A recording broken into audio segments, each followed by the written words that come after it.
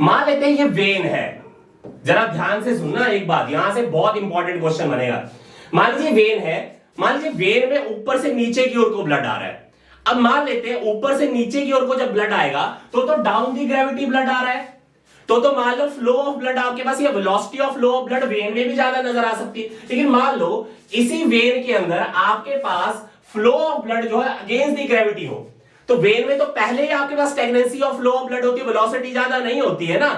अब सुनो, कभी आपने ना झरना देखा है? झरना तो पानी ऊपर से नीचे की ओर को आता है, कभी पानी को नीचे से ऊपर जाते देखा है? नहीं देखा, बिल्कुल भी नहीं देखा होगा। लेकिन सोचो, जहां पर आपके पास बेसिकली बहुत धीरे धीरे पानी जा रहा होता है ना, वहां पर हमने बांध बना दिए। क्या बनाए? बांध बनाए होते हैं। अब बांध बनाने पर होता क्या है, हमने सारे पानी का फ्लो जो है वो और ज्यादा स्टैग्नेट किया होता है। फिर बीच में क्या बनाते हैं हम, कुछ ना कुछ वॉल्व्स बना देते हैं कि आपके पास यहां से गेट्स को ओपन करेंगे तो पानी जो बहुत तेजी से आगे की ओर को वेलोसिटी के साथ जाएगा। अब नेचर को भी एक काम करना था। क्या काम करना था कि वेन के अंदर आपके फ्लो जो है या वेलोसिटी जो वो कम है, तो नेचर क्या करती है, वेन के बीच में वॉल्व्स लगाती है। क्या लगाती है? एक तरह से हिंड्रेंस लगाएगी। अब हिंड्रेंस लगाने से होगा क्या, जो ब्लड है वो कुछ समय के लिए रुक जाएगा, तो आपके आप प्रेशर जो है इस वॉल के ऊपर ज्यादा लगना शुरू होगा। इस प्रेशर को कम करने के लिए इन वॉल्स को ओपन होना पड़ेगा। तो जैसे वॉल्स ओपन हो जाएंगे, आगे जो वेन का प्रेशर होगा, जो ब्लड का उसमें जा रहा है, वो प्रेशर ज्यादा हो जाएगा।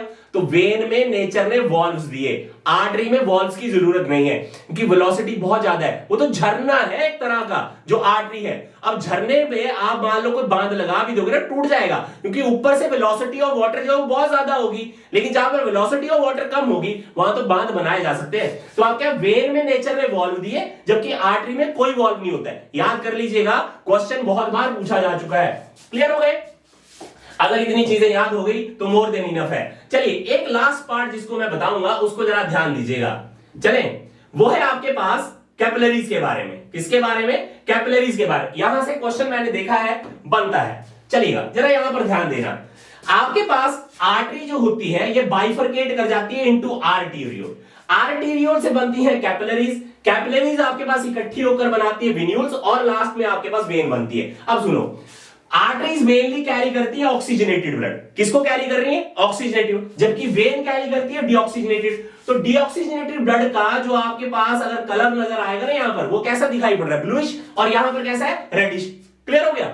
अब देखो जरा बीच में, ये है कैपिलरी। तो कैपिलरी के अंदर जो ब्लड है उसका कलर तो आपका मिक्स्ड टाइप का हो गया, ना तो पूरी तरह से रेड है ना तो पूरी तरह से ब्लू है। अब एक ज्यादा ध्यान देना, कैपिलरीज का जो क्वांटिटी आपको नजर आ रहा है आर्टरी के कंपैरिजन में ज्यादा, वेन की कंपैरिजन में ज्यादा। अब सुनो जरा सा, नेचर में इसका मतलब यह हुआ कि आर्टरी के थ्रू इंटीग्रल आपके पास कभी भी ब्लड नहीं भेजा है।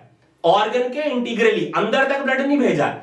नेचर क्या कर रही है, मान लीजिए ये ऑर्गन है, इस ऑर्गन को बाहर से कवर करने के लिए इन कैपिलरी की मदद लेती है। किसकी मदद ले रही है? कैपिलरी की मदद लेती है। और इन्हीं कैपिलरी की एक खासियत होती है, इन कैपिलरी में छेद होते हैं। क्या होते हैं? इनमें छेद है। ऐसे मान लीजिए ये छेद पड़े हुए हैं, तो इन कैपिलरीज को बोल दिया जाता है फेनिस्टरेटेड। वर्ड क्या यूज करते हैं? फेनिस्टरेटेड कैपिलरीज होती हैं। अब फेनिस्टरेटेड कैपिलरी से फायदा क्या होगा? मान लो ब्लड जो इन कैपिलरी से मूव करेगा तो छन छन कर बाहर आएगा, छानने का काम हो गया। अब ब्लड जो है वो धीरे धीरे कर ऑर्गन के अंदर एंटर करे, क्योंकि अगर बहुत ज्यादा तेजी से एंटर कर गया ना तो ऑर्गन तो फट जाएगा। इसलिए नेचर को उसको बचाना भी था और बचाने के लिए नेचर ने कैपिलरी की मदद ली। अब एक बात सुनो, मान लीजिए आपके पास ये आर्टरी है, यहां देखना, मान लेते हैं ये आर्टरी है, तो आर्टीरियोल का डायामीटर इससे भी कम हो गया और कैपिलरी का डाया इससे भी कम हो गया। इसका मतलब ये नहीं हुआ, अब मान लो यहां पर जितनी क्वांटिटी ऑफ ब्लड आ रही है, क्या उतनी क्वांटिटी आपके कैपिलरी में जा रही है? नहीं जाएगी। क्यों नहीं जाएगी? अगर इतनी क्वांटिटी अगर कैपिलरी में चल गई तो कैपिलरी ही फट जाएगी पूरी तरह से। इसलिए नेचर को क्या करना पड़ेगा? नेचर को आपके पास डायामीटर कम करना पड़ गया था। जितना डायामीटर कम होगा उतना ज्यादा फ्रिक्शन प्रोड्यूस होगी। जितनी फ्रिक्शन प्रोड्यूस होगी stagnancy to a flow of blood आएगी, ज्यादा तेजी से नहीं मूव करेगा। और आपके पास कैपिलरीज के पास में एक खासियत है। खासियत क्या है? नेचर ने ना तो ट्यूनिका एक्सटर्ना दी है ना तो ट्यूनिका मीडिया, एक ही लेयर लगाई, ट्यूनिका इंटीमा।